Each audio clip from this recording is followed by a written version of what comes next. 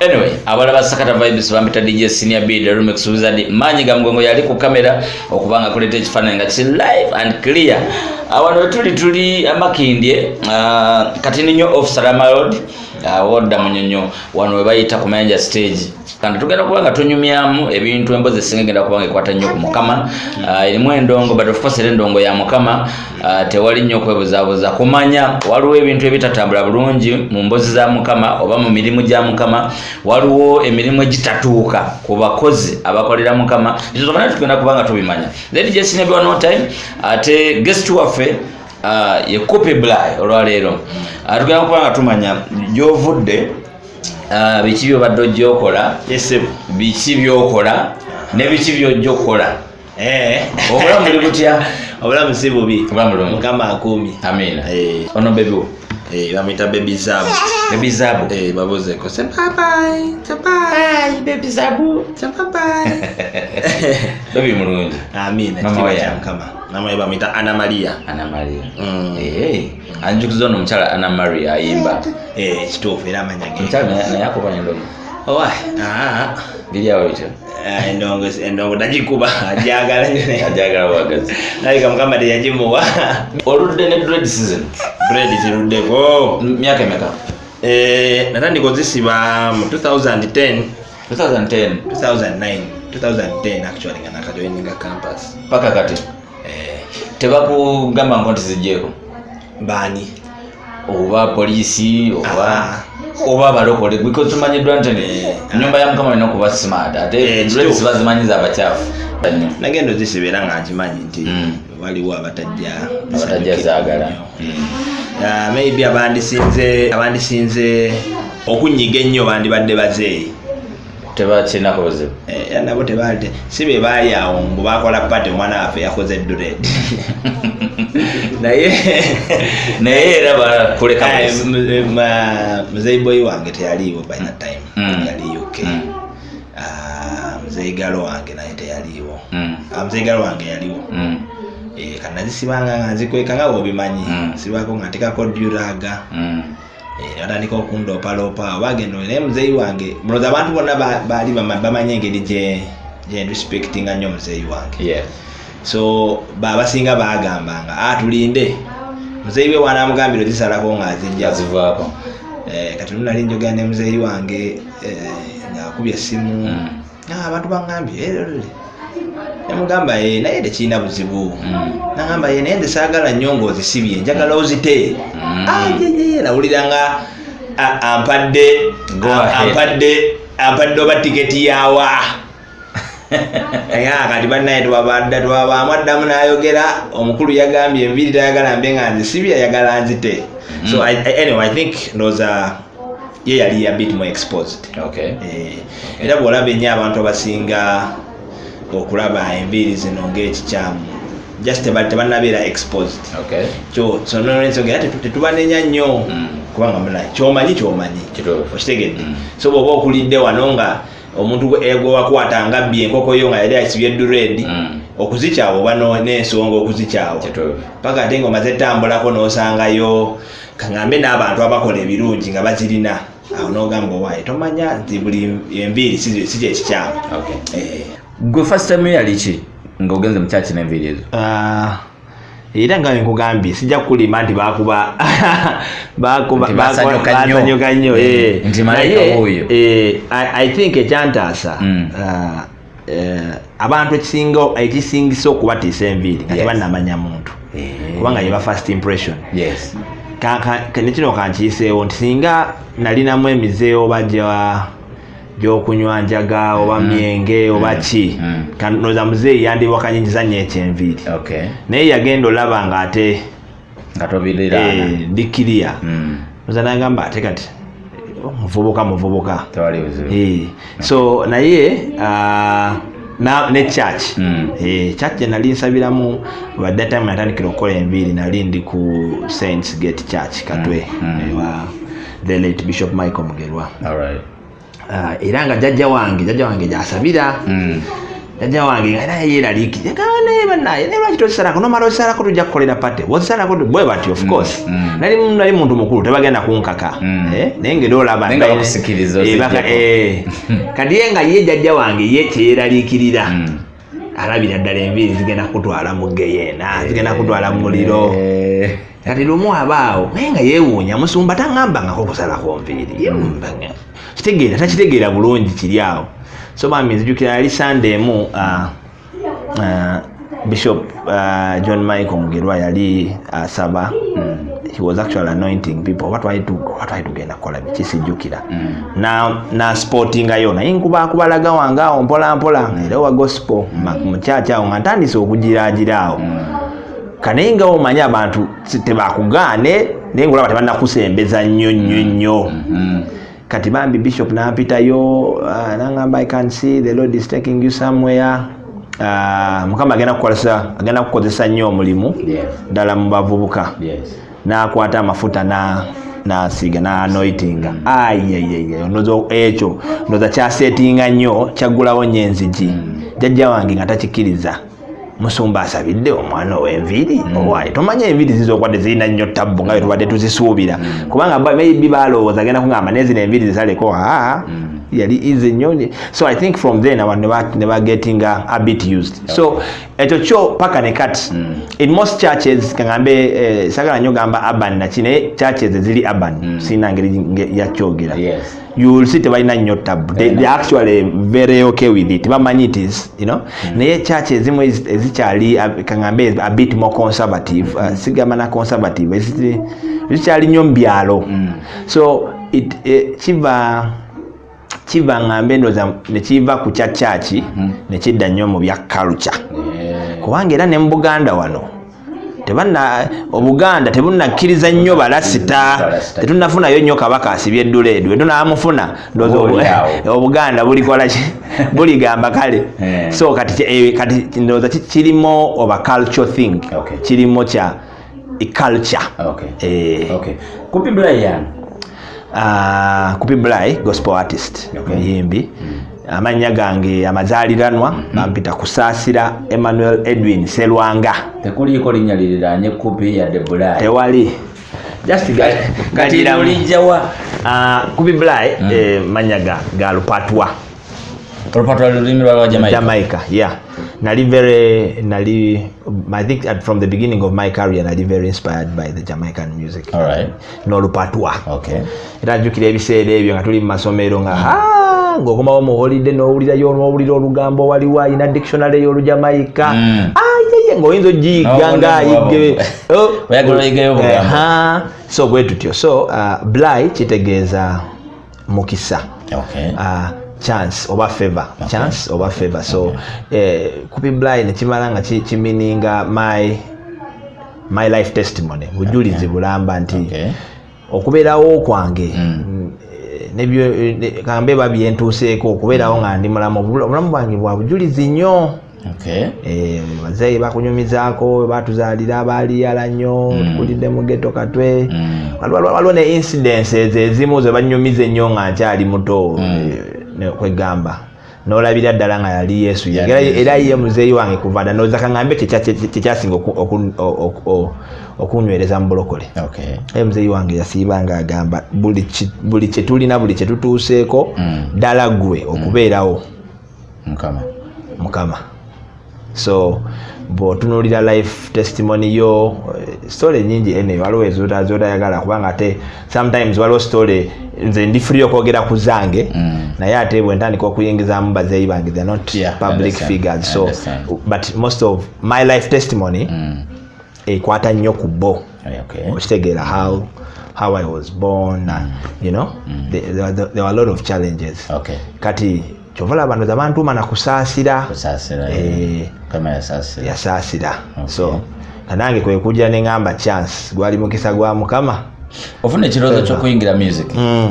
walondawo nogaa njagala kuyingira gospel music oba njagala kuyimba kwali kuyimba basically naye nakulira nnyo mu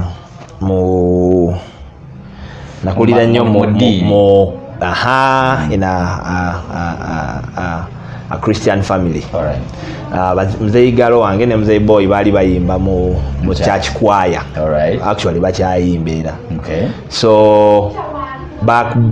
era nze nsiba ngamba nnyo abantu singa nakulira walala maybe sandibadde mulokole bwenti. Alright. But my parents influence yali y'amaanyi nnyo. Okay. Bagezaako nnyo okutukuliza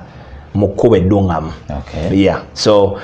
newe nandibadde omanyi Bayibuli egamba nti omwana mukulize mu kkubo ettuufu ne waaliba akuze aleme kulivaamu. Abaganda ne bagamba akaakyama amamera bw'okagolola omenya kamenyi. Kati ndozi Yesu yankwata nnyo wali ng'akyali muto kubanga nkugambye ate ngenda okukula ate nga bazeeyi tebaliiwo. Okitegedde muzeeyi wange teyaliiwo for over 10 years ng'ali UK musajja watwayiiya. Ne muzeeyi galo wange we yagenda ne muzeeyi galo wange n'amujoyininga okitegeera. Kati naye nga muzeeyi galo akomawokko olumu naye nga ye muzeeyi boy teyaddirako ddala paka myaka olwo 11. Okiraba. So awo kaŋŋambe singa nali wakubula I had that opportunity. Era sikisagala gamba mbu nali nnyo super kuva buto. Newe nali ngambulamu ekigambo kyali kyakola ki? Kyanywera. Ate bazeeyi bange bantu basabiye. Batusabira nnyo kubanga ng'ekituufu kiri nti omwana bw'otuuka bw'akula aba akuze. Ujje mugamba vewe waka agenda avewe waka. Kubanga yeyo gundi yemu abazadde kubasinga controlling abaana. Bobanga okyasula mu nyumba yange tojja sibayeze onviri naye ng'atambula ng'agenda. Okitegeera. So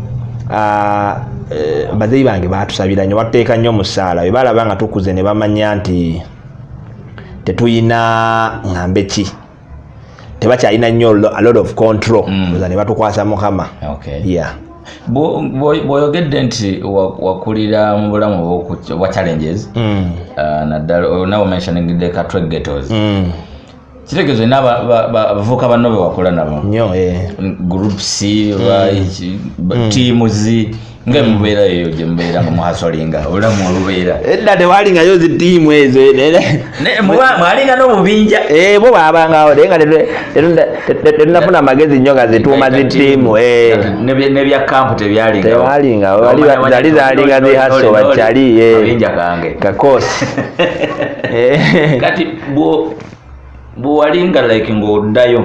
okubalabako okyaddayo? Nzirayo nnyo nkyalinayo jjajja wange akyaliyo. I still have a lot of extended family. Katwe ate kati siwala nnyo okuva wano naawe buli olumu mpitayo buli wiiki ate babavubuka bo mpitayo nnyo. Okyabalaba nnyo? Njagala nnyumiza kati bo bakulesevinga batya? Okuva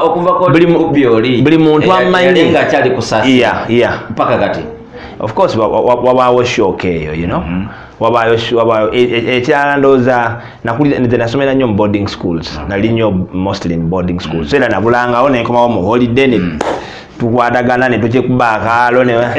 bagamba naye tufudde bakomyewo naye apart from that buli omuntu eyamanya kuva dda batumanya nali jakubalaga naye nabo ekisinga beewunyisaamu ate kyendowooza ekitandi beewunyisiza batumanya nali nva mu family. Everybody knew I was coming from a Christian family. Ekyo kiri very widely known. Naye ndowooza because of the style of music buli omuntu baasibangawo ne ssente ne bamanya ono agenda kusala alina okusala nadda eri okitegeera. So ekyo ndowooza yelinga shocking factor. Naye bamba omuziki gwalingawo nagwagalanga nnyo buli omu yali akimanyi n'okuba nti nakulira mu Christian family nakyo baali bakimanyi kubanga era bamanyanga kati obudde bulakulanga nnyo n'abaana mu ghetto abamu bambi ng'olaba tebalina wakudda waabwe tebalina curfew kati mwe abalina bazeeyi boomanya kasaziwera saawa bweziti nga tonnatuuka wako emiggo tebatukuba ssebo kati awo era kati omuntu amanya mwemanya nti oyo ennyo lyange lyewambiranga mu ghetto sagala diremerako nnyo abamanya oyo wakola ki kandyogere bampitanga Choi era when I go back to bwenzirayo nnyo Katwera abantu abasiba era oba otambula ku sujja olumu ne ku bivulu oli bwakuyita Choi ng'omanya oyo waaka era oyo muwa time kati kyoyo obudde bwe buba buweddeko kitegeera nga bamanyi kati awo yeeyo mu ghetto ebiseera ebisinga oyogera kati nga ku kakoosiko mba naddala abakubalaga naddala nga music gwokola muli tulina ekirowoozo nti abasinga mubeera mu kunywa njaga kituufu walinga ne bakyalibo nga banywa enjaga olaba mu ghetto oba nali nkyali kid nnyo enjaga yo yalingawo nnyo you can't avoid katwe tosobola kijjawo naye nga nkugambye manyi tulanze I give a lot of credit to my parents era nkyebaliza nnyo mukama nti mukama abawangaziza nembeerawo nenkula n'okutuuka wano kubanga bye mbayigiddeko nze nkimanyi by like for a matter of fact 100% baba kuba na ngeri specific we gye bankuzaamu nandibadde mufunyo nandibadde nze nandibadde ate oba nayitawo okitegeera kubanga amazima matuufu I wasn't nali siri surrounded by the best okitaba kyera kyobola amaani abazadde abakuliza abaana mu ghetto maani mukama ayitaga nnyo bawo omukisa kubanga omwana we omusaamu kyoyagala akule omusaamu empisa naye muzula mu ghetto tewali geeti tewali ki bapasusa agenze eri emmere agiridde eri ebigambo byawulidde boogera eri byalabye bakola eri okitegeera ebyo nti omuzadde bambi ne control ye ekola ki kimusukkako wayinza kubanga bwobeera nga okulidde mu kikomera kyebakuteekamu kyebamanyi kyojja okukula nakyo naye ebintu bya ghetto man tewali omwana omuyigirizayo kimu akoma wayize lunaana so you pick a lot of influence from surroundings n'okusinga ewaka kwabo bakwano bo njagala nnyo okumanya abantu abo nga tutanavaawo kwabo bakwano bo abantu bewakola nabo abamu bakuze benkana naawe abamu waleka bato kati bagenda bakula abamu tewabalekaayo naye oddayo nobasangayo nga bakwanjula bwanjuzi abalastamani katweyo twakulira bakyali banga bayitanga bakamaadi abali US kati wakyaliyo Brian akyaliyo Munkere abalasita abalala amannya mangi twakozesa ulamu ghetto tebakuyita mannya go so abalasita man gyebali abamu bangi abamu betwalokoka nabo kyebalenyayo okubuuza nti waliyo balokoka bangi abalokoka era nga nali nsaba tuli mu famire y'abalokole so era nga bantwala ne tusaba okitegeera so n'abaana bangi abali mu church bangi betwali nabo mu machachi bakita you know abamu balemeddeko sebo bantu kati babuvunanyizibwa bakuze babuvunanyizibwa ate babantizaamu nange amaanyi you know ng'omuntu ng'ogyeko bazaddewo olowooza ki ekikumidde mulokole amazima matuufu ndowooza kumanya mukama gyanzije era nsiiba ngamba kibola nyinakayimba kange bakayita onsalangako nti mukama tapapa ate takeerewa maybe mukama yandimekinze bandinzaalidde mu famire y'aba big doni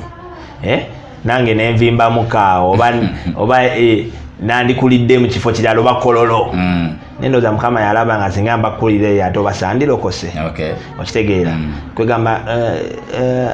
embeera gye twayitamu embeera gye twakuliramu bazadde bange biggest credit amazima amatuufu simanyi ngeri njaliza kikola naye biggest credit yabazadde bange bafuba nnyo ne beerekereza buli kimu balabe nga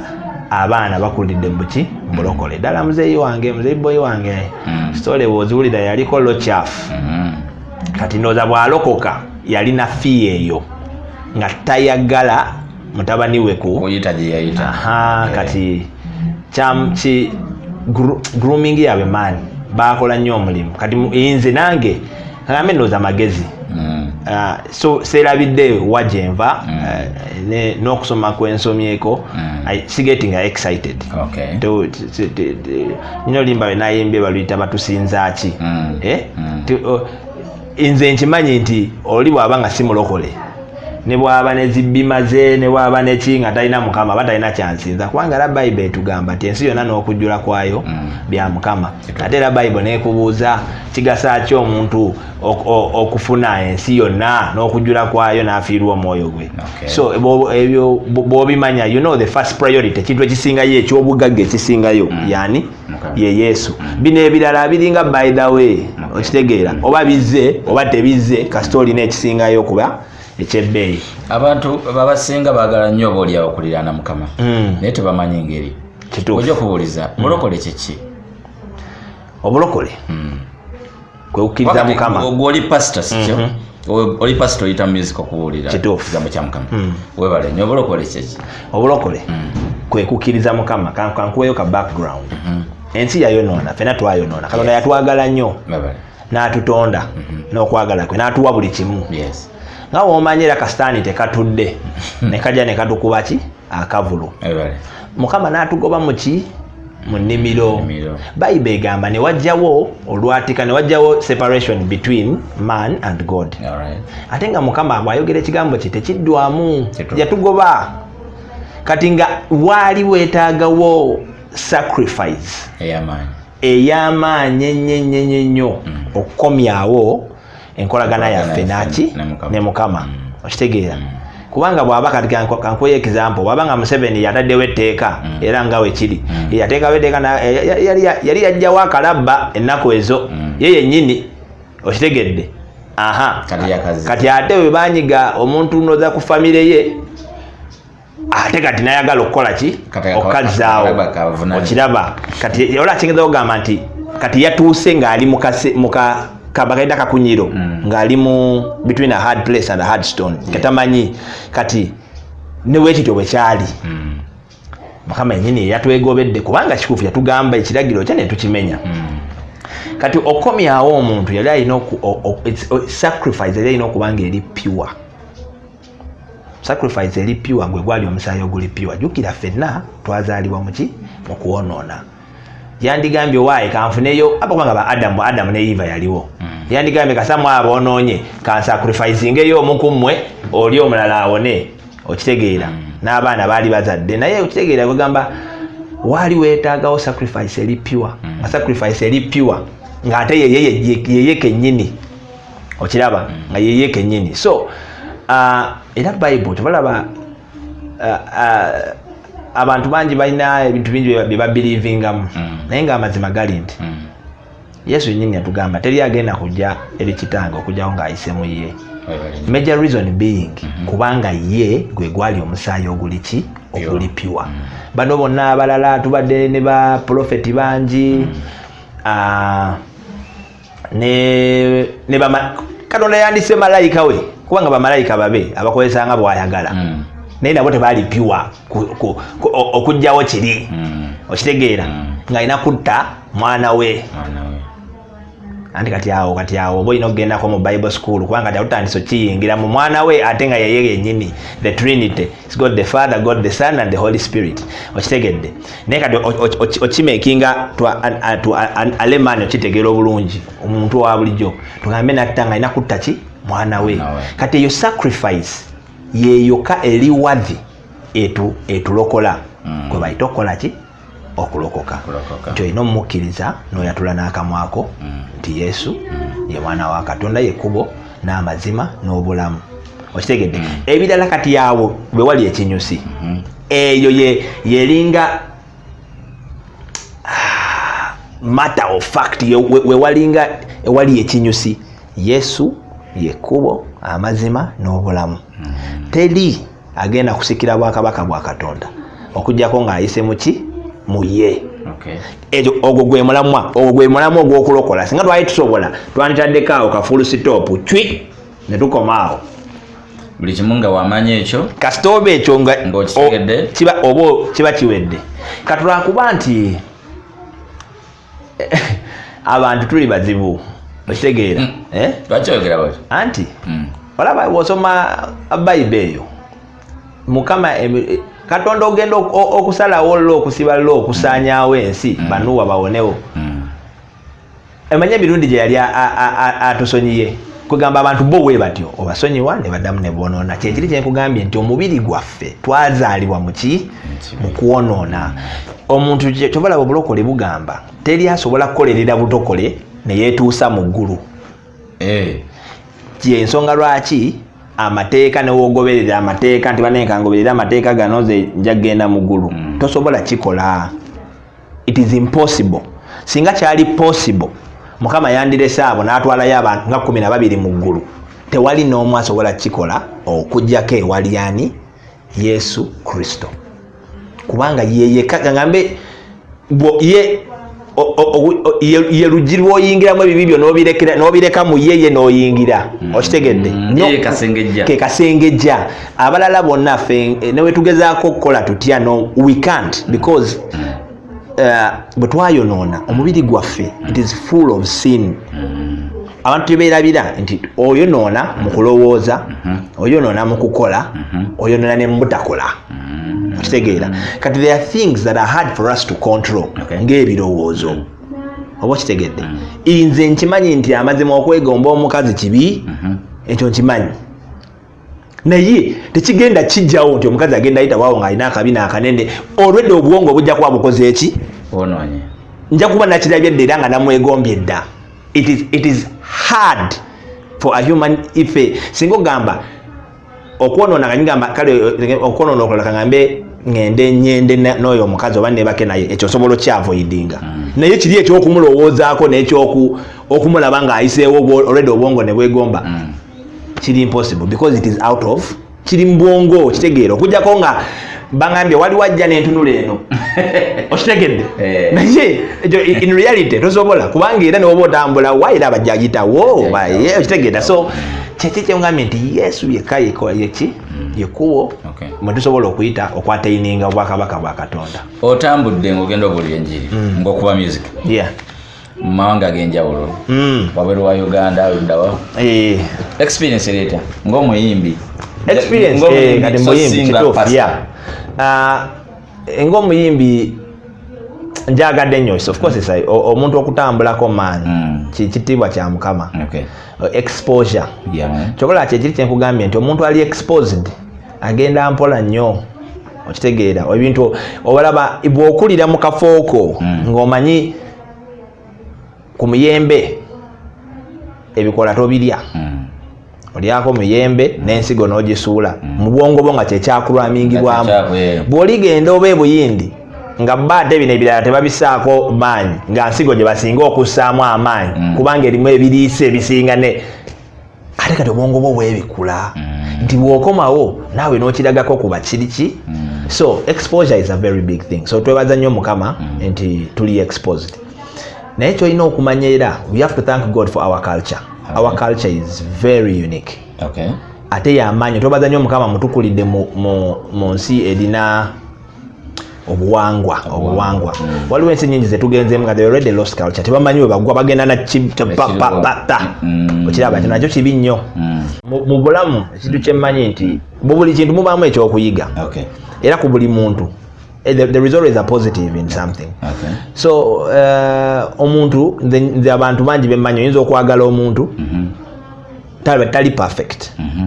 kubanga ku nsi tekuli muntu ali perfect tuddayo ku kiri nti ffenna kubanga ffenna twayonoona kuffe tewali mutuukirivu ayinza kuwaki so ekyo bw'okimanya mu mutwe ate naawe kikubeera kizibu nnyo kyakumala gasalira buli muntu musango buli muntu mukwateko ekirungi kadi nze kankuwa example abantu bambuuza some of my biggest inspirations in music mbawa nnyo Bob Marley, Lucky Dube kituufu okitegeera lwaki abo waliwo ebirungi byembaagalako tekitegeeza nti ate bali perfect nti buli muze gwe baakola na buli kimu kye baalinako nti bajjeko yeyo ensonga abantu bwe tukoledde ki bwe tusobereza nti tugenda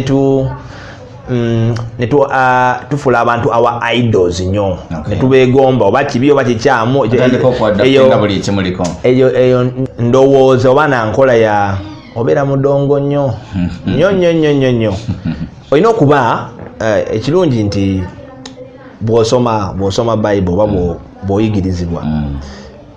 bw'osaba Mukama akuwa omwoyo gwa discernment n'oyawula ekirungi ku kibi ekyo kyekitufuula abantu that is what separates us from animals n'ebirala byonna nti Mukama yatwagala nnyo n'atuwa ekyo kubanga singa si kyekyo yanditucreatinze n'atuteekawo ng'embwa oba nga mu lusuku Eden nga tetwesalirawo ng'akuteekamu kamashini toli awo nga bw'oyagala okukirya nga omukono gukyama bwe guti but he didn't do that kubanga yatutonda mu kifaananyi kye tulina okuba eyo decision yagitulekera gwalondawo okola obulungi oba gwalondawo ekibi. Era mu Bible agamba waliwo ekibi, you have the decision to do. There is right and wrong. But I pledge, I beseech you, seek or choose life. Mulondewo obulamu. Naye olaba omuntu ng'akuwa amagezi agamba waliwo ekibi waliwo n'ekiramu. Nsabye nnyo olonde obulamu. Still abatakulagidde nti londawo kino.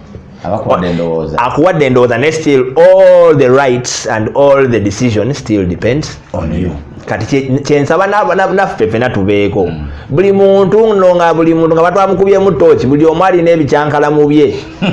Kati nange Mukama yamanyi bwambeezaawo n'ebikyankalamu byange. I'm not perfect. I understand. Era nze neewala nnyo nzima kigamba nnyo abantu. Sagala nnyo omuntu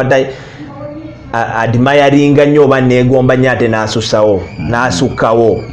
Kubanga it's not good to idolize somebody to that extent. Kubanga you are going to end up making him into a demigod. Olina okumanya nti buli muntu bw'oba njagaddeko olaga well and good. Sirwa kuba nti ku Biblia nsibye enviiri nnyimba bulungi. Bw'oba oyagaddeko nnyimba twala ennyimba. Enviiri oba tozaagadde ng'obeera tekikutta tekikola bulungi zireke. Si kyampaka kwa Rasta baagala akoppe nnyo akoppe n'enviiri wadde munda akiwulira tekiki ekirimu kireke kopake okitegedde kye ngamba. So ne mu life bagayi bangi nkopyeko ebirungi bw'otunuulira zi message z'aba kati nze kinjawula ate nnyo okuba Bob Marley ne Lucky Dube nti ate maybe our spiritual life zalinga different. Kubanga ate ye yali mulasta nnyo takkiriza mu Katonda akkiriza mu Haile Selassie okitegeera ate nga nze manyi nti Yesu yekka yekkubo amazima n'obulamu. Haile Selassie yali muntu maani baamuzaala nga ffe bwe batuzaala. He didn't have any divinity part of him in life. Yakola ebirungi bingi nnyo. He was a good man but he was not God.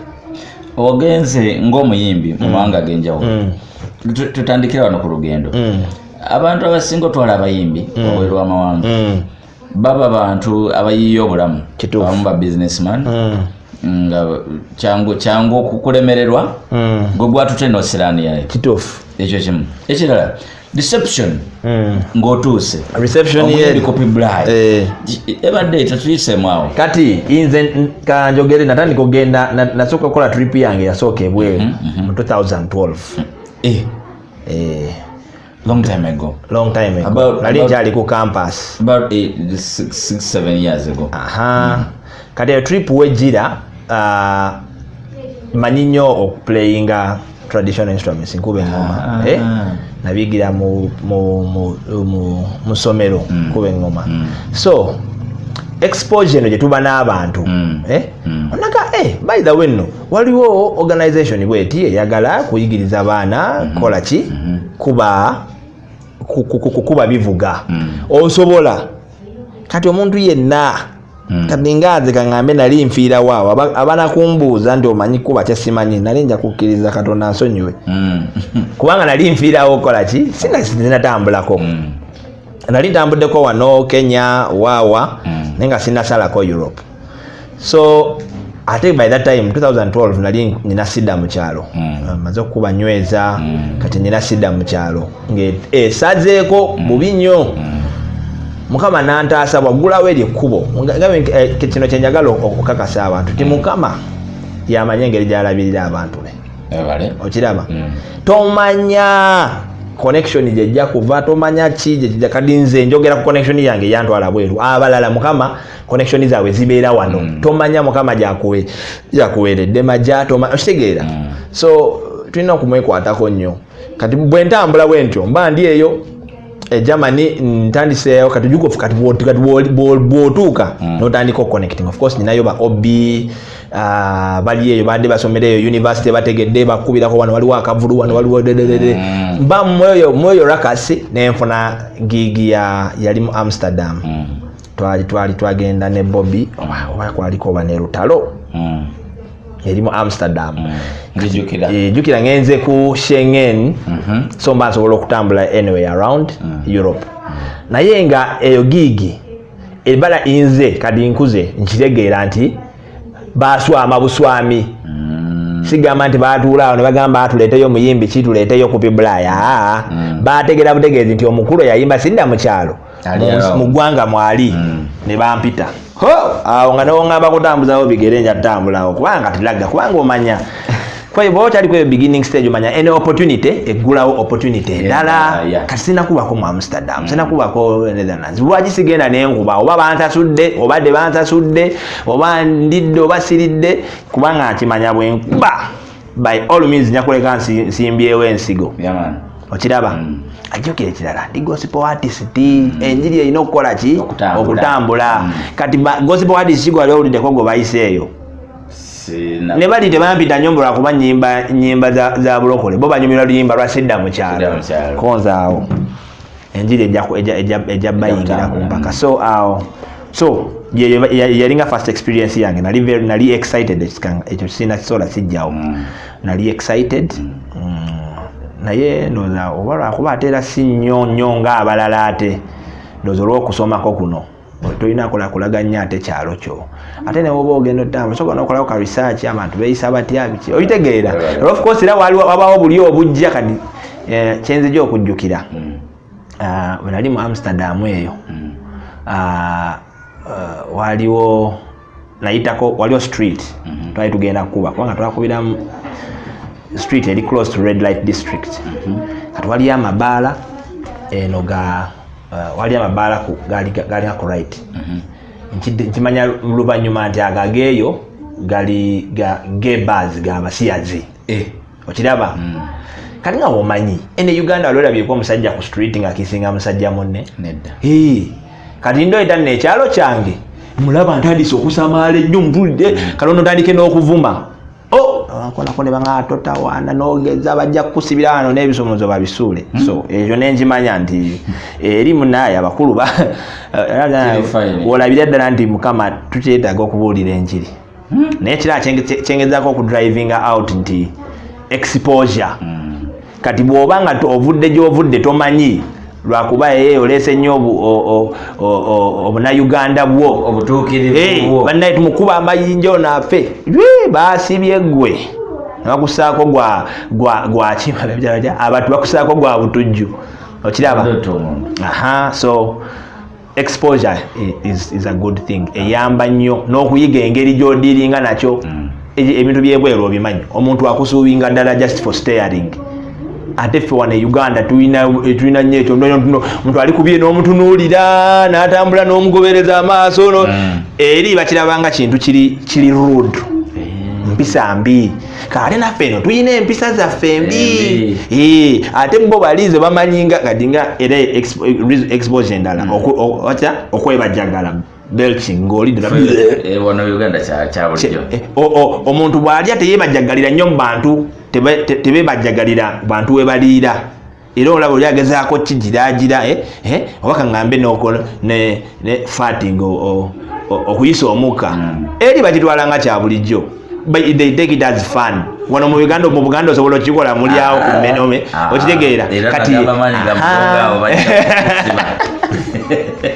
kati kyeŋŋamba nti waliwo ebyo ebintu by'oyiga ng'otambuddeko n'omanya nti ate kati olaba bw'obanga oli mukopi omukopi oli gwe nagambye amala gakopa buli kimu nga tayawuddeemu kirungi n'ekibi olaba woogenda okuva eyo nga naawe ojja ogira bugizi buli woogenda ogira bugizi abantu nesanga muzungu oyo emize gyabwe gyolina obalekera nga olaba tubasingako awo era bw'ogenda awo kyekiri kyenkugambye nti wano mu Uganda wadde terunatuuka ku eyo level mukama akyatusaasidde nnyo tosobola kusanga musajja nga anywegera musajja munne ku street awo okiraba mukama akyatukoze eki nawe mubanga mulimu ababikola kyekiri kyeŋŋamba naye eri otubakikola kyere kati bwonaabanga weyita mu kopi sebo ate oyagala nnyo okuba omuzungu ennyo tojje n'obikoppe okira kyenkugamba so nzoza kyensinga okwenyumiriza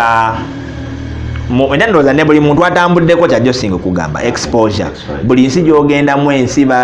beeyisa byabwe ebikola biri different so kyekirungi naye ne mu music era kyekyo oyiga eri bola betubano kasajja kulimba betubano netumanyidde okuba ebisaawe okuba obuvulunga abantu bajjudde be bati ate abana Uganda tuzina tunyumirwa nnyo kabula energy abaawo kati ogenda okuyimbira bali abantu gwe abazze okuyimba tebalina onyo music wapono gwe wa kati oyinza okuba akabulu n'ogamba Yesu Kristo oba nyina kyenkoze ekibi oba nti nga tewali ennyinyiza wotegera nti bamatidde ng'omaliriza ne balyoka bakuba nnyo engalo nnyo ne basituka omuntu najja nagamba naye wanyimbidde bulungi bannaye nsayiningiraako wano n'ogamba kumbe abantu okitegedde n'ekirala twamanyira nnyo n'okuba obuvulu ebinene ate eri ddala kaŋŋambe kati ngaffe most Ugandan artists we tugendayo ddala nga tugenza oyimbira abana Uganda tuyimbira abantu batono nnyo batera crowd etera kuba ntono nnyo kati eyo nzijukireyo yali shock kunze wanga akabulu ke twakubaako kalinga mu ogamba otya oleete dani kale genda eri emanju oziwe Daffin mutabani wa mukulu akola kaduuka kati ebulabe kyekugamba kati nalaba akavulu ngamba okuli Bobby kino tugenda kuba kisaawe kino okitegeera ng'obwongo bwe kibala amanyidde envudde eno tumaze okukuba ebisaawe ebyo ogenda otuuka mukalinga kabaala mulimu abantu nooza nga 100 oba ekinene ennyo n'okuweza abantu 100 nno ssebo oba gigi ogikubye kati awo inza already nga naweddemu dda amaanyi manyidde kuba okitegeera kati so ebyo byeŋŋamba nti exposure okula ogenda getting exposed n'omanya kati ekyo nakimanyiira era bw'ogendeyo kakati obuvulu of course gyokoma okukula obuvulu bugenda bukula n'eri kati music waffe asazeeyo nnyo kubanga nekiba kituufu kolowooza eri waliyo abana Uganda abasobola okujjuza Namboole baliyo batono okitegeera era emukuba obuvulu mukubiramu n'aba East Africa n'abana Kenya n'abaki kubanga bona bagamba owaayo ate abana Kenya tebazze kati tugende tunyumirwa ono bana bagita East African music okitegeera so exposure eyo njera gyensinze ndowooza okwenyumirizaamu mu kutambula tukomewo ko wano music lwaki abalokole temagala nnyo collaboratinga nga tukola zikolabo tukimanyi nga tukola wakola kolabo nani kopi nze kusomere enyimba zange zisinze okuwulira zibadde kolabo bala nyweza yali kolabo Katalina gyali akubalaga yafulumizayo ne tune empya ne video empya nali manyi Katalina ekintu nti yakita nti ekintu ngeri gye wali atogira nnyo kati ngutegedde gyolaze kyekyo awo ekuba okutta ekyamu baye Katalina alikiriya gyali bambi akubalaga omanyi maani obutalimba laga engeri gyakyunyamu abakyala ate si gyakyunyamu abaami olimba ekyo kituufu laga ayanguyira nnyo abakyala kati anti kyegamba lwaki abanguyira kyangu nnyo okulaba omukazi nga breaking the through reason kijoowa simanyi sobola kulimba simanyi oba mukama yabawa mukisa nze kati I'm telling you for a matter of fact industry yaffe anything wano mu Africa everything is harder for a woman. Are you serious? Yes. System zaffe engeri gye twazitondamu omukyala ali era omukyala gwolaba nga akikubye haso era omuwa respect y'amaanyi nnyo kubanga singa twalinga ku level ground omukyala wakikubira n'aweza 10 omwami aba aweza nga 8 kati eno they struggle way more than us men. Katalina yali kind of perfect perfectly fine perfect match if it was a combination of her and you. Lwaki mwayawukana? We were never meant to be a duo. We were never meant to be a duo. Twali just bayimbi buli omu akola bibye abakola ki abayimba abakola collab. Tulinayo 2 ne Kilo. Just 2 songs. Nga womanyi era abantu nga woyogedde banga nayo manyi nno kali akayimba kakola kati nze Katalina musanga Seta High. Seta High nali nva Kitovu Centenary College Kitovu kulidde masomero ga singo kati wengenda Seta High Katalina yali akulira kwaya nzijukira naye nze ebimu ku byanzija ekitofu era yali lagalaga oyo nga netedde ebizibu kati wengenda muli n'essomero jukira ngenzeeyo mu S4 nfunye kubanga otherwise bali bagenda kunzizaayo mu S3 naye ate nga sagala kufiirwa mwaka so wengendayo ne bampa obukwakulizo kubanga by that time nali ndi nnyo link to Firebase nkomawo nkoba nnyo obuvulu nabo naye nga wengenda jukira nyina okuwena okukipinga mu mutwe nti nkyali pikini nkyali kid lwakuba lwaga namuyingira mangu nana niko recording nga ndi mu S1 kati S4 bamponinze nyambye wano muzeyi wange yayitiramu headmaster Mr. Kafumbe ngamba sebo wano togenda kuleetawo lagawo ojje kusoma kugenda sagala kulaba nga weeyimbya kati jukira walingawo ekikyamu walingawo Firebase by that time sibe balina reputation yesinga ddala okudiringa mu bantu ne mbaana kati nganze balaba omwana omuto bakubuuza studio gyokoleramu ng'ogezaako kishuga kotinga bannaye Dream Studios boye kasita making a link ndi Firebase balabira ddala tabu okitegeera kati awo nga ndi nnyo awo so kanenda nga yakulira kwaya kati jukira omuntu omuyimbi kiba kikutta ate jukira ngendo gendeseta hayi nga waliyo abakulu abavedda already ekitovu abagendayo bwe bandaba azza omukulu oyo yakubalaga oyo temumuzanyisa alina recorded song nga jukira na recording alwimba lwange lwasooka nga ndi mu S1 ekitovu by that time tekyali common wadde n'akatono so ng'okuba ne recorded song kyamaanyi nnyo nga you are already a celebrity anywhere kati so bano abansookayo eri nga bagamba oyo nno gwe mulaba temumuzanyisa mukubi walaga muzibu kumala kubayita nembayitiramu nembagamba bannaye nno mugenda kujjubisa wana nkuba laga bangobe mu ssomero kati soka bwe ngenda mu church kalina nga akulembera ngamba naye kati wano we nayimbira mu church tebajja kugira nnyo naye era nensooka nenkikwatamu saagala nnyo amawulire gatuuke ew'omukulu nga bw'obimanyi era laga abasigala laga era amala n'avaayo so laga n'avaayo atulina akayimba ketwayimba naye ketwayiya naye eyo nga twakayimbako nnyo ne mu church ne batwagala nnyo then so wetukomawo mu vaaka ya S4 kale naye yayita recordinganga before naye nga nze already ngambye nala ndiko recordinga nga ndi muki so ate nga namenga sure buli holiday recordinga oluyimba so natundanga nnyo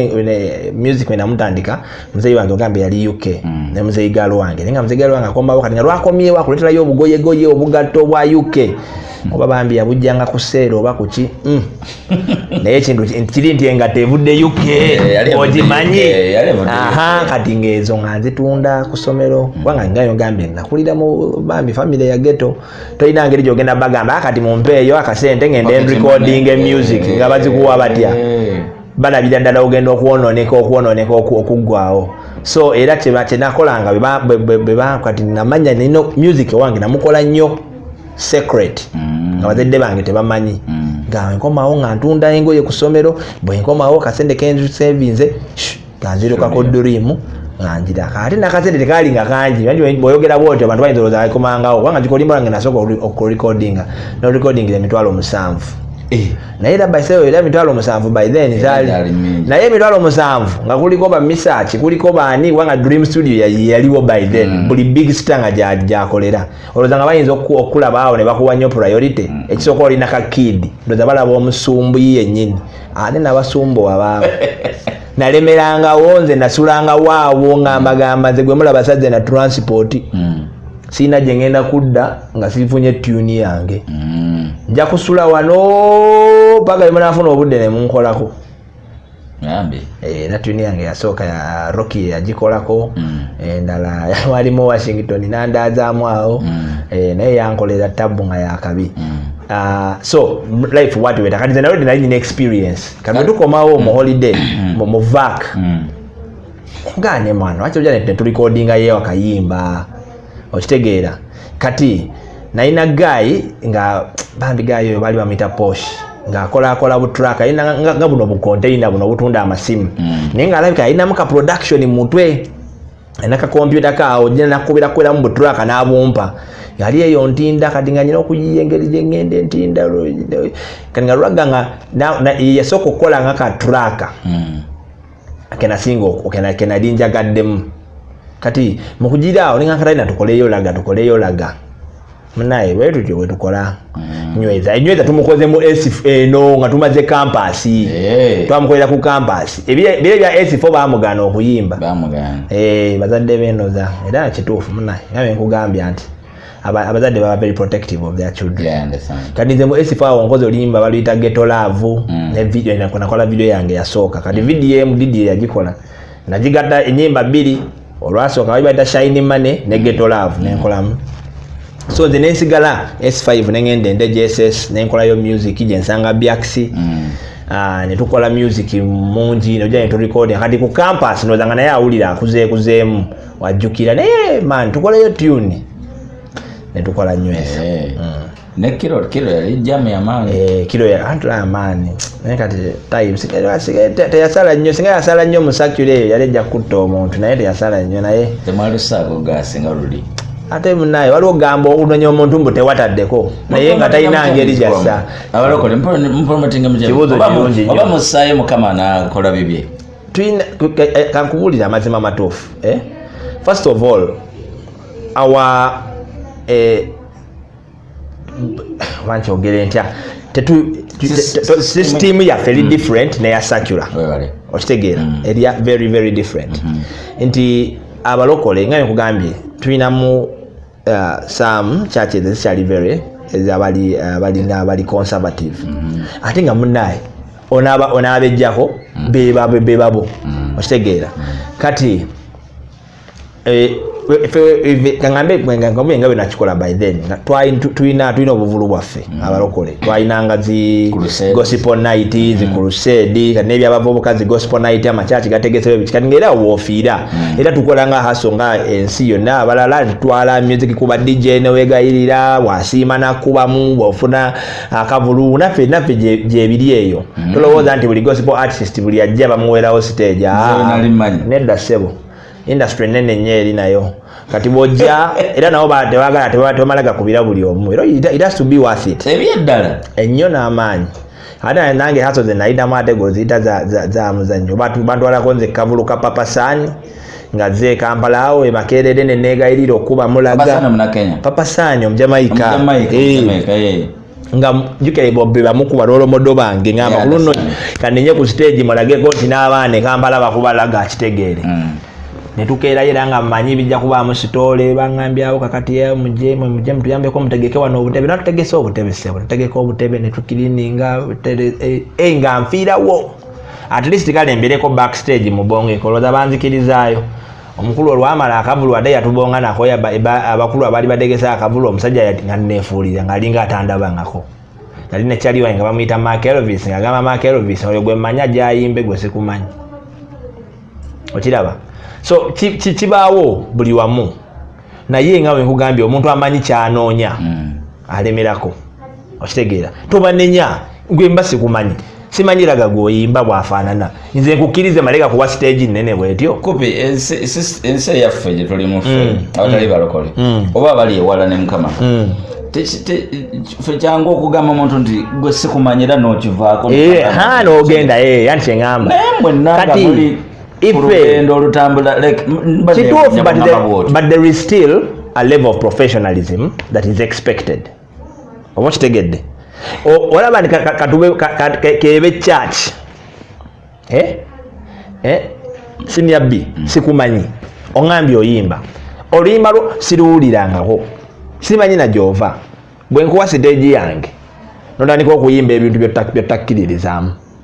kituufu oli mulokole okitegeera naye oyinza okubanga benna ne gospel music kati muwulire kati era alimu enjawulo waliwo omuntu ayimba n'oyagala ono nno mulokole ekigambo kyayimba gyekiri n'obaawo n'ayimba n'olaba nga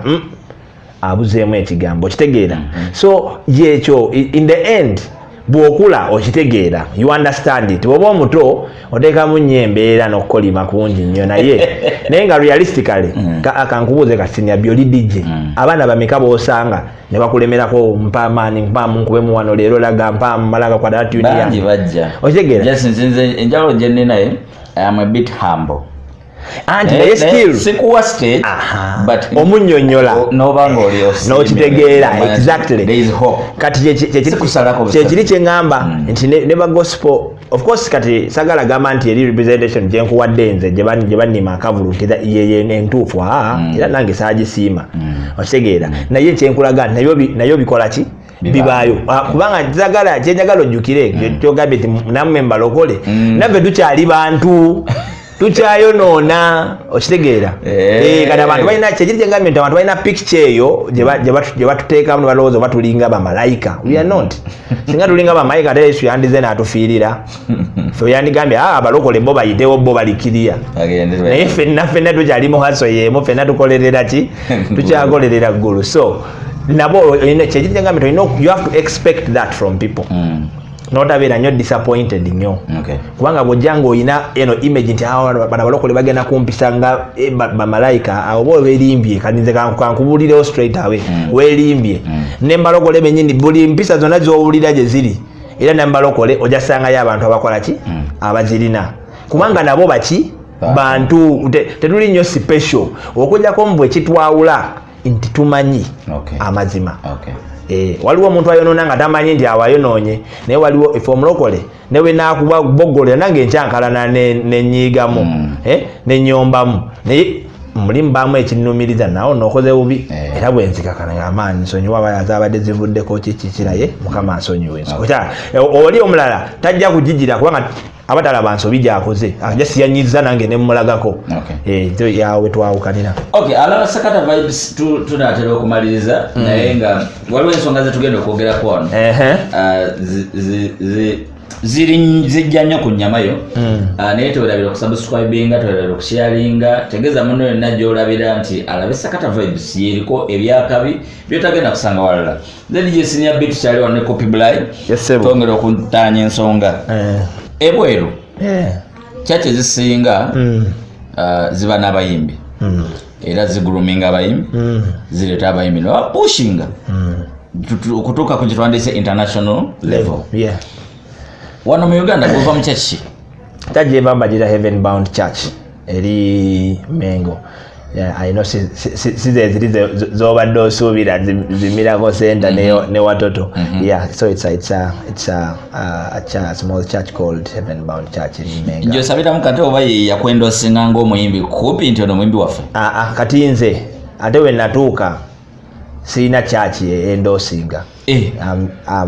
a gospel artist sinayo church empamba era sibiwagira nnyo ebyo sikiwagira kubanga kati labayo ekibuuzo ky'obuuza kirungi wano mu Uganda amakanisa gaffe wagawulidde mu story wawulidde batandise ono tayagala oli avumaganye n'oli kati mbuulira onaayimbira abantu be bokka onaakula otya okitegeera Katonda atutaasiza nti ffe ebyo bigenza okujjawo nga twasala dda tuli buli wamu okitegeera naye era tekijjaawo kiri abasumba abamu ssebo bwakulaba nga wayimbye ewooli ewuwe ogenda okulaba atandise okugaanayo ate nga sikiwagira kibi nnyo okitegeera so n'olwensonga eyo I believe in churches home mu bulokole tulina kyetuyita home church ewuwo ddala gy'ova gye bakugurumingira gy'ogenda n'oliira ekigambo kati sinendala tugendayo kati nga nze mpeereza nnyo matola abantu basinga balowooza oba ndi wa Miracle oba wa watoto oba waki naye mpeerezaayo nnyo kubanga bo bakola nnyo ebivulu by'abavubuka bingi all over the world naye church yange gyenvaamu eryowo omwoyo ye Heaven Bound Church era yo bwe ŋŋendayo siba star oba mwana ndi mwana era bwe nzijja ne balaba obanga empale egisibye ekkiridde no wansi banga asebo siba empale yo bulungi tewali okitegeera gye kugamba and that is what I appreciate about my church nti Katonda yanyamba nti nali stardom gye nali ntuuseeko obagana amakyaki amalala maybe tegandinguruminze ng'eno tegandi hambolinze nga eno church bwe hambolinze okitegeera ate nekira nti musumba wange era ye muzeeyi wange kati oza naabawo nakutya nti oli sita ye akyakulabira nga mutabani we oli okyali mutabani we so era bwakugamba oba olina okumira kati kinkola bulungi nti ate musumba wange I give him those that double respect. It is my pastor and he is my father. Ekyobwataata mmanyi tasobola kunjagalizaayo kibi kituufu okitegedde. So ne bwe mba njagadde nnyo bannaye nyambaako wana akasente nangamba tewaliiwo nkimanya nti kituufu kye talina tankotogedde tagaanye bugaanyi. Ate ekyobwa pastor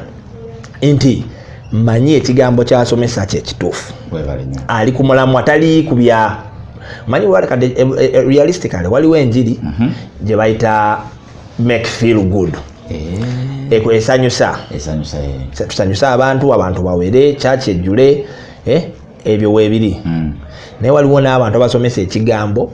nga kyekigambo ekiriwo kyekituufu oba okyagadde oba tokyagadde kyekyo bo tebagenda compromisinga lwakuba baagala osanyuke no. So era awo wendaba tukyalina challenges kati buli mulokole oba buli gospel artist kyensaba please look for a church eri ku mulamwa eri ku kigambo ekituufu kubanga ekitufuula gospel artist kyekigambo kyetuyimba mu music waffe. Sigamba nti olina gospel music waliwo engoma ze bakuba engoma n'owulirawo track n'ogamba eyo nno ya gospel tewali. Sigamba mu tulina kale wadde ennyambala yaffe ekyukamu naye ddala mu basajja tewali nnyo lwakuba nti abakyala bo balinayo batalina kusukka nnyo kugira nnyo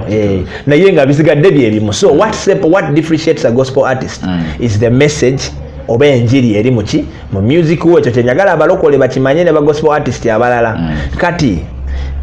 nga womanyi nti ife okuba ba gospel artist tubuulira njiri tubanga abagaba emmere emmere gyogaba bwenakuggwako enjo ogenda gaba ki so buli wogaba energy buli wodishing out energy okozesa amaanyi mangi olina okuddayo ne weerefeelinga okitegedde. Kati nga gospel artist tuwa tulina okuddayo ne tuwulira ekigambo. The more we grow is the more we can give out. Music gwe nayimba nga ndi mu S1 ekigambo kye nali nyimba kyadde tekiri ku level no gyoliko kati luliro oli oyimba nogaera no mwana muto waliwo bye nali sinnakuguka bye nali sinnayiga bye nali sinnategeera kati ate embiyize embitegedde. So ne buli gospel artist naffe tulina okukula bwe tutyo tetulina kubeera stagnant. And that is one of the challenges we have. Ntulakuba bw'ofuuka kyekizibu ekiriwo nti bw'ofunamu this a bit of publicity tugaane tunetulowooza twamalayo Bible njimanyi Yesu yekkubo amazima n'obulamu naye remember buli woyimba whatever you put out you are getting empty. Buli wodishinga out emmere eyo gyogaba omala neggwawo olina okuddayo n'olya nowerefeelinga kati n'okomawo ng'oli energized. So n'ekyo kyensaba ne ba gospel artist okutekinga sigamba nnyo breaks naye tetweteeka ku pressure yako nyina ofulumya oluyimba buli wiiki nyina ofulumya oluyimba buli wiiki obyeyo ogenda kumaliriza ng'ofulumya ebitaliyo kubanga opapa you are not giving the music enough time. Njagala omuntu wanandika okubala ennyimba zo nti omwana ayimba luno nga buli luyimba luyina message ng'olaba nti luyina point gye luva. kifulabanga kyokuliriza oluyimba gwe kati nze there is a difference. Nze nkola music mungi era nga bw'okiraba nti bankomako obukomi ne baŋŋamba ssebo sooka olindemu kati nga oluyimba lwendrelizi nze kati right now olupya nalukola almost last year ng'etandika ne lwakuba mu season nze kati my music mukolera nga kaŋŋambe nga mu season engeri gyemanyi ntambulamu kati wenfuna time waliwo omwoyo walinnya nga vibes ezo okitegeera inspiration gyevudde kati okola music n'abeera nga mungi mwena kulirizangako mpolampola singa kyali kisoboka kibula next year I'm releasing an album nziteekeyo zonna lumu okitegeera kati abantu beerobozeemu naye lwako oba when you are dealing with singles oba tosobola zisaayo zonna nnya ku radio naye nga ekyo tekijjawo kiri nti oteekinze time n'okola ki kyensaba abambi abaana gospel music kangambe ba musician bonna tweteeka nnyo ku pressure abantu babanja nnyo obupya abantu babanja naye kapya olimba olufulumya leero nemukyaki baba banja obupya bo bakolera eki bafe nabo baagala obupya tsebo ndabye nnyo nga TV ez'amakyaki oba ez'abapastors somewhere zikuba tezitera nnyo kuba miziki wamu oba zikubamu abayimbi babale ekyo mwabataga atwala emiziki wamu ebuzibu ki kiddayo ku kiri kye nagambye nti amakanisa gaffe ekibi era kino kindeeta nnyiike ku mutima olimba lwange butamanya ndoozi oluwulidde mu madde mukubiramu kyekyo kyembuuza nti naye abasumba amakanisa bagaawuddemu endiga bazigabanamu ono wange oli wooli naye yesu bw'alikomawo ye alibabuuza mba nfunirawa kubanga yesu yalekawo ekkanisa emu okitegeera ffenna tuli ndiga ze oba okiraba kiringa nze nga ngambe nze ndi boss nkulekedde ente zange awo ne banno mwenna muli balaalo ba nte zange olowooza nze nfunamu nti oli alabirirako ente bbiri oli alabirirako ente nnya oli alabirirako nze kyenjagala ente zange kubeera nga bwe nazirese nga namuziribwamu ziri azikuta kati bwe mutandika okwegabanyamu nze zino ezange ebbiri zokka zenja okutwala ku mazzi ezo yo kanzireke zife olowooza bwe naakomawo n'asanyuka lwakuba gwe zize nnyaawo zirabiridde bulungi ezooli zifudde okitegeera gye nkugamba so enkayana eziriwo mu makanisa zitukoze bubi nnyo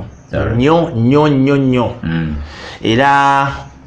twebaza mukama nti emimu ngambe abamu ku ffe ba gospel artist bigenze okujja ngambe tuli bakulu we are already rooted otherwise byandibadde bitu throwing off kati kyekiri kye nkugambye n'abasumba okukola amativi amangi bwe gatyo obutayogera bubi naye tolowooza mbu bakikola nnyo kubunyisa njiri mu nsi yonna bakikola kubanga ayagala kuyisaawo kikye ate amanyi TV yoli tebajja mumukkirizayo katugenda tuuka nga buli kyakyo erina TV yaayo kyandibadde kirungi kubanga enjiri eba etambula nnyo naye nga tukolagana bwe tuba nga buli omu ali ku bibye tuba ku kifuuwo ekyo kye ŋŋamba tulina okuddayo ku mulamwa guli yesu yekkubo amazima n'obulamu bino ebirala ebitwawulayawula by the ways oba okitegeera wakola ekivulu nali manyi n'okuyimba kuva kuba wagenda bweru nga ndaba akayimba kamu nawayitawo ebbanga akayimba kamu nga nolaba otimbye ekivulu billboard nesuluma ku ntebe radio kwati zesula ntebe nekuna mwaka tusubireyo ekivulu ekirala next year mwaka ogujja engeri gye mbadde nkolamu ebivulu byange nga nkugambye siri muntu wa kupapa njagala nnyo okudishinga out ekintu nga kiri valuable okiraba nga kirimu nga kiwera so era si believing nnyo mu kukola nnyo bivulu bya buli mwaka kubanga nze nnyimba ku bivulu bingi okitegeera nze ekivulu kyange kyenkoze mba am dishing out something new maybe an album or something okiraba ate nga nkugambye nze si believing nti omuntu ddala akola ku level gye nkolerako asobola okurelizinga album empya buli mwaka no tekisoboka kubanga oba ogenda kuleeta bubblegum mungi bubblegum music mwerere you know so next year I'm doing another concert so nakola yasooka yali ya 2012 sidda mu kyalo yali ku Watoto Church 2016 nendyoka nkola eya Water Love yabadde yali kwa MTN Arena kati next year wakayima n'ebigenderako ne zino zonna empya ezibaddewo wano wetuli ndaba yimba Uganda Chechi. So Yimba Uganda is an NGO. NGO y'abavubuka. Maramanyi hiyo. Ikali. I'm the director, yes. All right. Na ye siga mambo yange kubanga nze tenga sanyo. So twangambe y'abavubuka egasa bavubuka balala. Ngawe kugambe nakulira mu ghetto. Bwe ntandika okufuna mwawo ka stardom around 2012 waawo ntambuddeko opportunities nyingi zizze. Ningamba naye mukama naddizaayo ntya kubanga ffe that's what we believe ng'abalokole nti tosobola kwagala mukama nga toyagadde neyibawo okitegedde kubanga mukama ogenda musangawa okitegedde mubana abantu bolagira mukama nti nkoze eki nkusiimye mukama togenda kwata sente oziweerezeeyo mu ggulu aziryeko taja na sente azagaza ki naawe otegeera so kulaga mukwano neibawo nolaga awolaze mukama nti omwagala so nga kinnumiriza naye nga sirina nnyo kiriwo kyenalinawo yali music so netandika mpolampola nga nkola fundraising concert charging abantu baleeta emmere ne baleeta engoye enkadde ne tuzitwala ne tuzidonating to other ghettos. Main big gundi yange yali ya ghetto nga nakulira mu ghetto and slums so nga tugenda ejinja nga tudistributing waliyo kisilamu ennene bagiyita Kikaramoja nene nnyo ghetto nkambwe nnyo so eyo nga tugabayo engoye tugabayo emmere ku Christmas bwe tutyo yali avudde mu buvulu kali ngenda okulaba ekintu kigeze obuvulu wabuddako luli oba watwalayo obudeeya bw'engoye nga 8 luno olina track number naye ngenda okulaba ate nga bino byogaba engoye n'emmere tebiri sustainable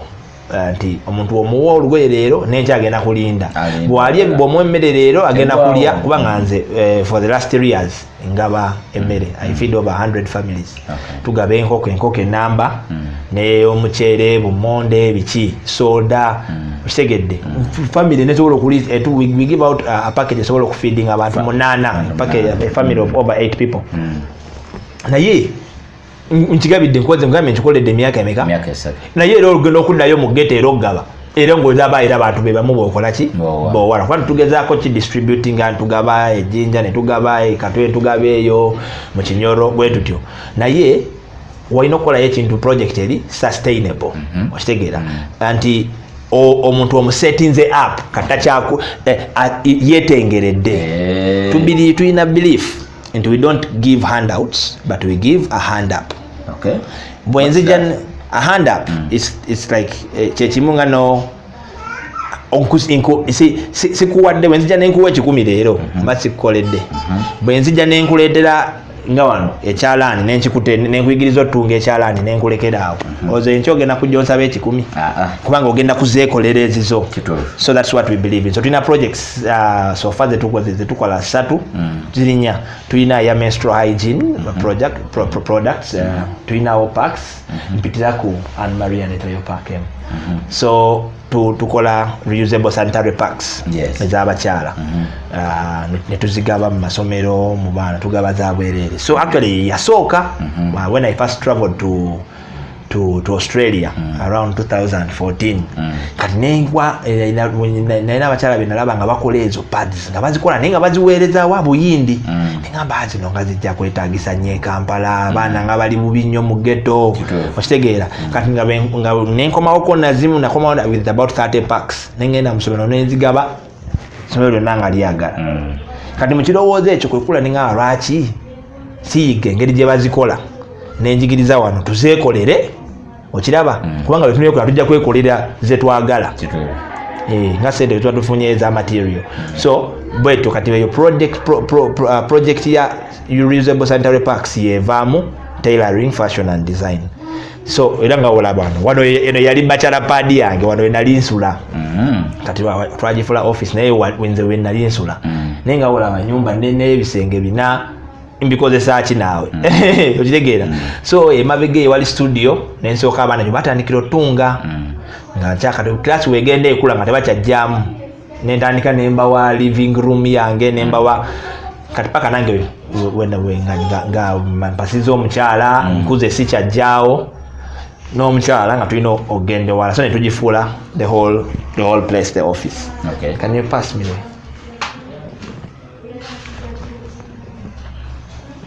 Is it a full pack? So bweziti wezifaanana ozirabye so engeri gye bazikozesa zino baziyita liners kati eno pack eri do I have a PUL in there? Can you get me one please? Thank you. Bwogiraba nga bweri kati kano ke bayita liner kano ke bazinga ne bakassa muno munda kitegedde kati nga bwolaba pack wengamba nti tugaba pack tugaba full pack weight ebamu zino shields 2 ne liners 8 kati naye tulina okugoberera standards eziri allowed by Ministry of Health all over the world kubanga this is a very big health issue so material gwe tukozesa PUL gwe tukozesa munda bagenze munda copy kali ali material ali kalinga kaveera ninga si kaveera ali stretchy so ali taitamu mazzi tetumuyina wano mu Uganda. You have to import it. Then zino endala zino flannel tosobola zigula wano mu Uganda ezimu ne bino ebirala. So kati bwe tukola kino so kati bwe ntandika class thank you bwe ntandika class ojaye material nti teitamu mazzi kubanga bw'okozesa akaveera bw'okakunya bwokati kafunamu obutuli. So yeli allowed yeli legally allowed ekizibu ekiriwo nti ya bbeeyi nnyo tetusobola gifuna uno kati so tulina okuyenga gye tugi importingamu. So eyo yemu ku project eriwo kati nga yongambye nti ngenda okulaba nga okuyigiriza abaana okukola obukozi pad tuzigabe ndabanga abakotogedde nensalawo ningamba lwaki tetubayigiriza ddala okutunga ekyalaani ne bafunamu ddala nabo nti ne waba akoze pad naye alina kyafunyeemu ajagende waka yetungireyo akateete yatunde ebintu agabe. So ne tugikuza bwe tutyo ne tugifuna project ndala. So we have 20 students aya bajja basomera bwerere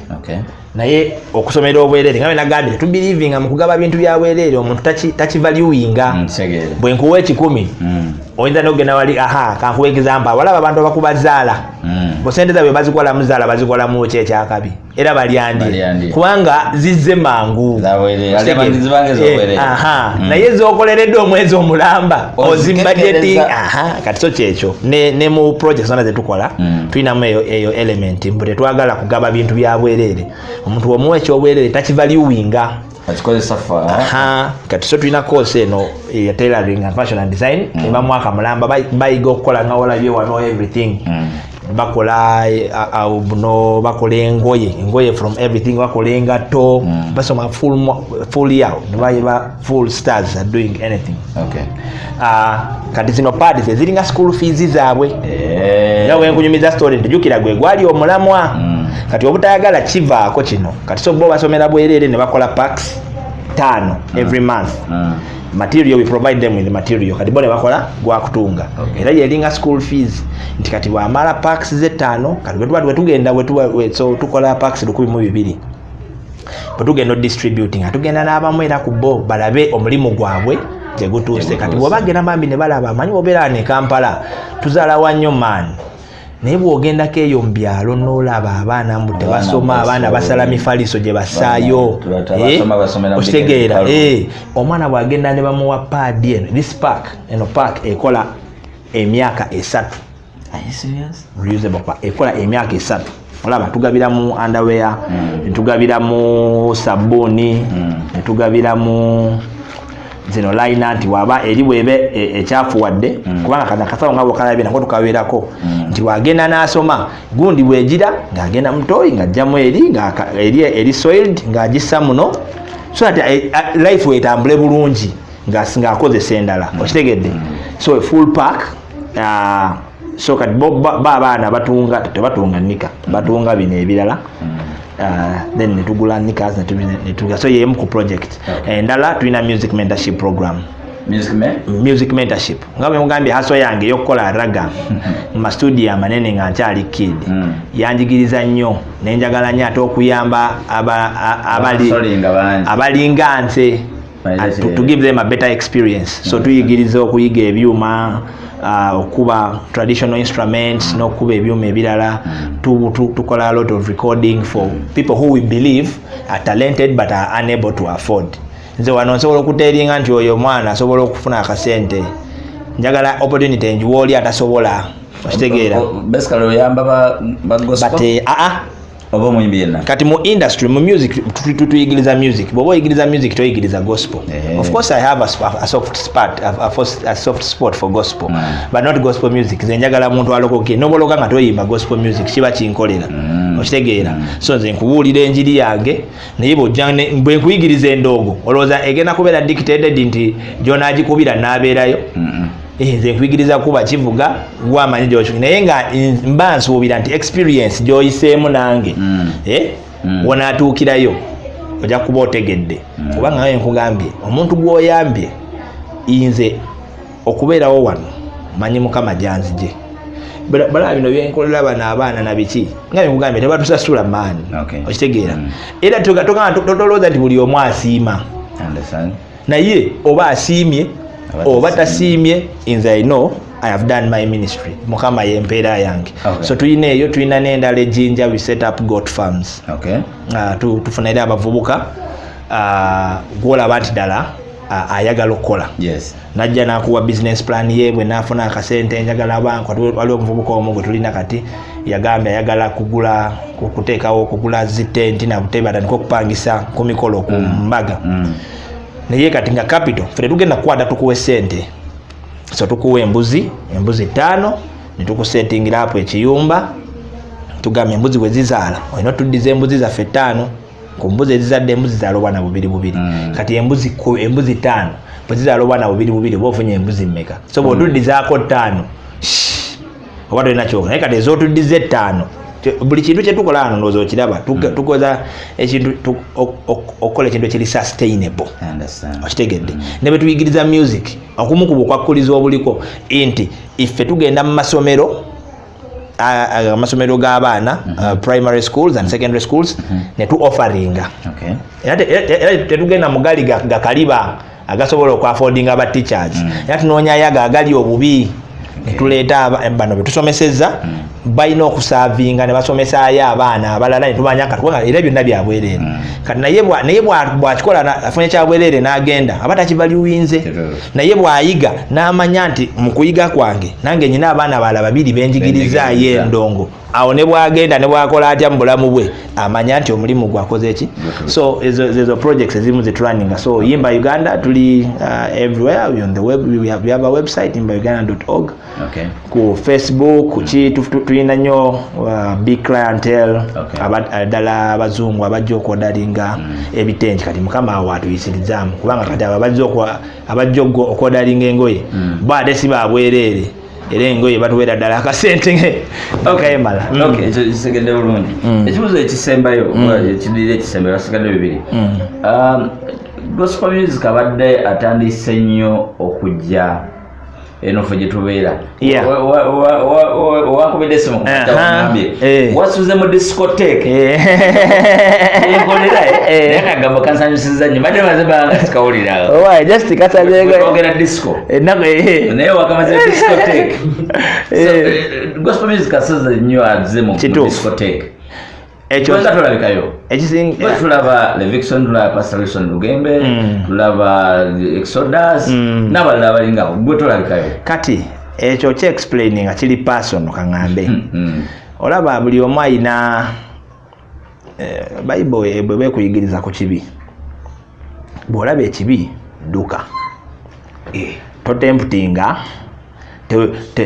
teweekemaakema nnyo kunyonyera essoda yange okitegeera waliwo omuntu ye ng'akimanya alimu omuze gw'obubbibbi era teyeesembereza bantu balekaawo obusimusimu kubanga akimanya omuze gwe ayinza okumala akutta akasimu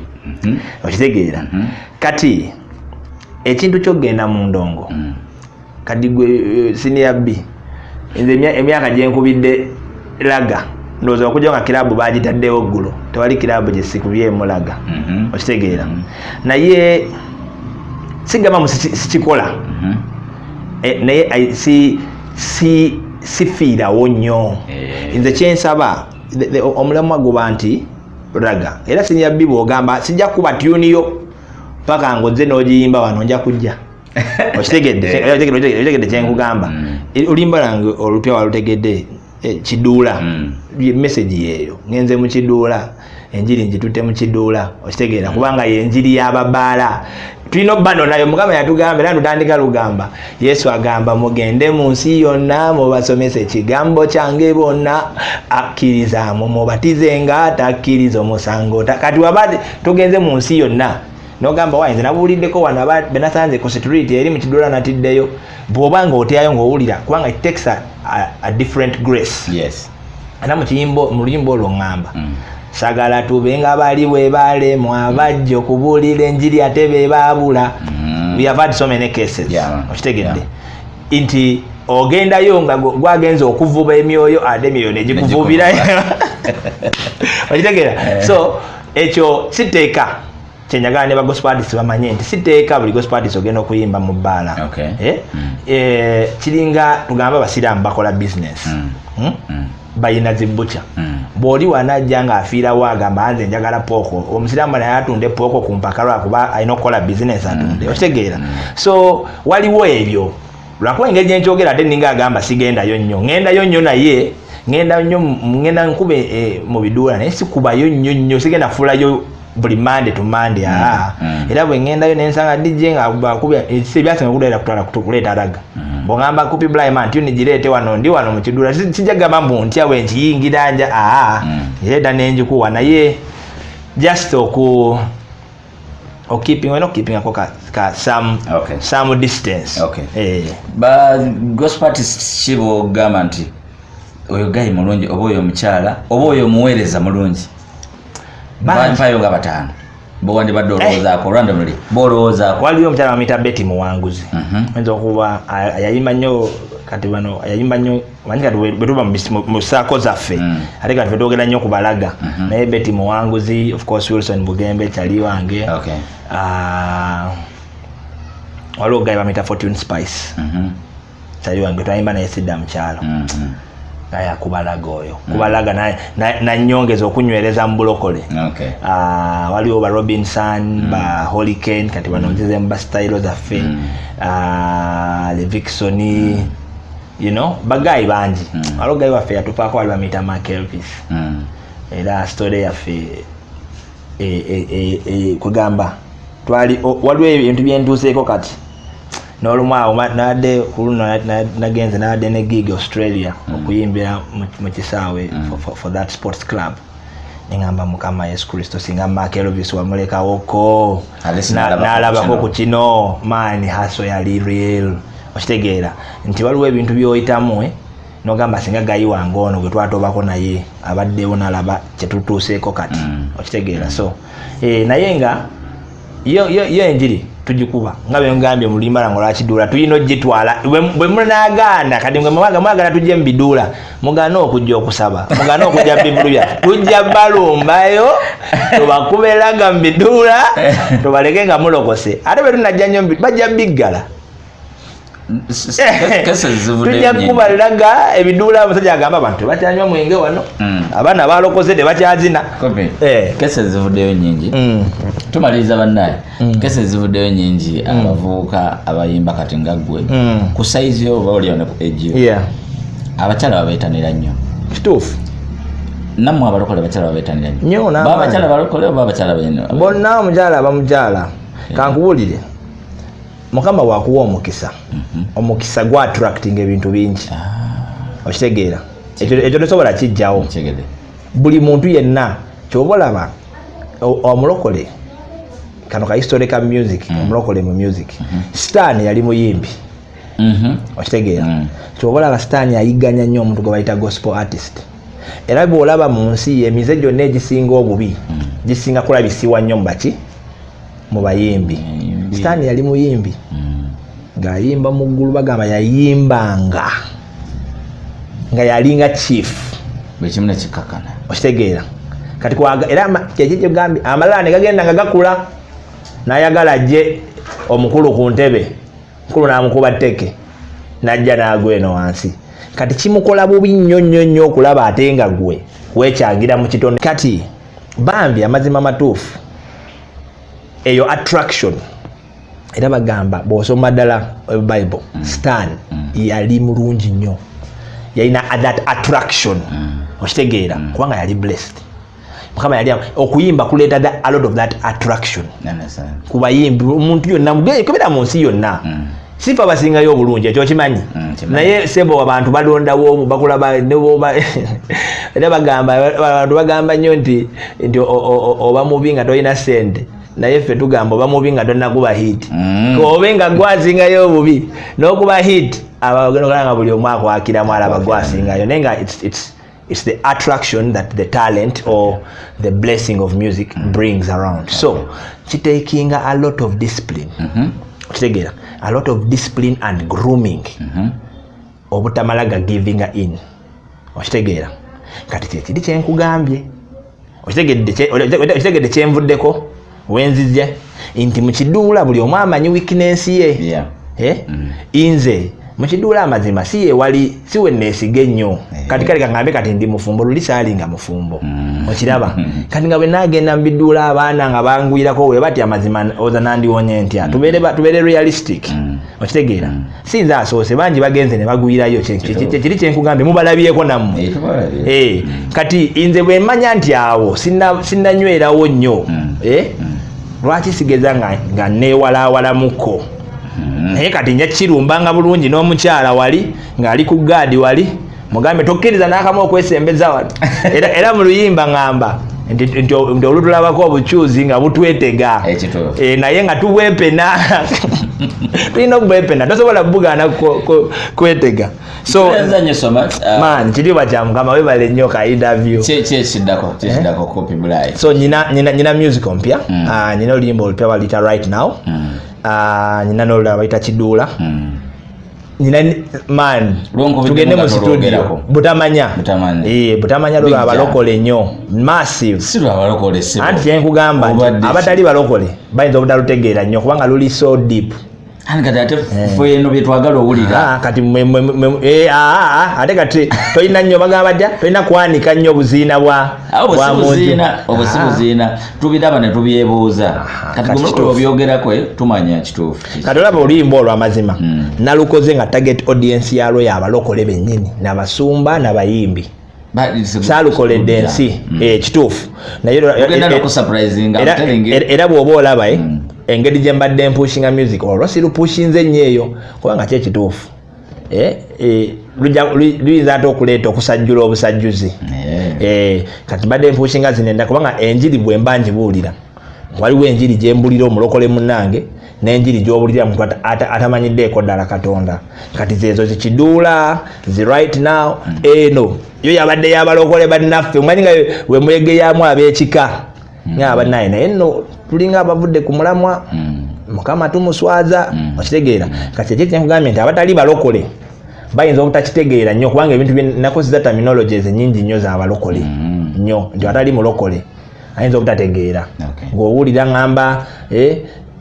okunywa amazzi gwe nolowooza okunywa amazzi yo omulokole yaba ategeera kyendiko walugenzeko abantu okuyimba ng'olina okwogera bwogezi nga pasita wayogera nga toyimbye ng'obuuliza obudde ogampita pastor kankitwale mu linnya lya Yesu naye nga siri officially a pastor but I'm a preacher because of course by the virtue of fact that I'm preaching through my message bampita nnyo okubuulira ddala abavubuka I think olaba ekyalinga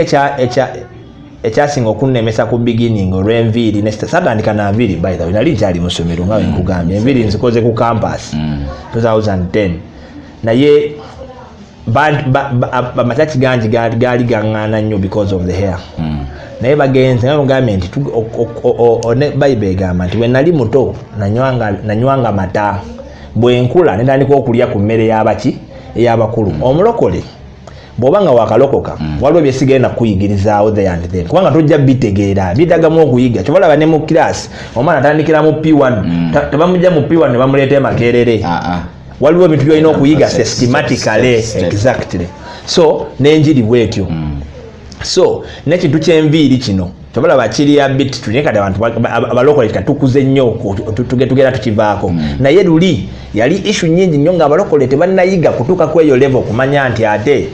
enviiri ate sigwe mulamwa enviiri kino kankikubulireko neme n'abala enviiri tezisobola twala muntu mu geyeena tewali kintu kyolina ku mubiri gwo physically kigenda kutwala mu geyeena ekikutwala mu geyeena byokola nebyokkiririzaamu oba okitegedde kubanga byokkiririzaamu bye bikuleetera okukola byokola sendabikayo okitegedde ekikuleetera okwambala kamini akakoma eno ogende ng'oyambadde bikini ng'oyidda ku kkubo olina okuba nga olina kyokkiririzaamu ekikutuma okukola ekyo okitegeera naye zino enviiri zigula bukuzi enjala zikula okitegeera tewali muntu mukama kyeyatuteekako nga ye yakitonda ate gwe n'okikolimiranga kyekigenda okutwalamu obanga agambye mukama yali mudongo kikola okitegeera ate dontwala nnyo enjiri ejja kuba ngiyisizaawe. Amina, kitiibwa kya Mukama. Mwebale nnyo Senior B, mwebale nnyo mwena abatulaba ku Sakada Vibes. Mwebale mwongere nga mutuninze maani gayo ono wakabi anoonya ddala ekiri ku mulamwa. Blessings. Evayo eri mu church n'atusanga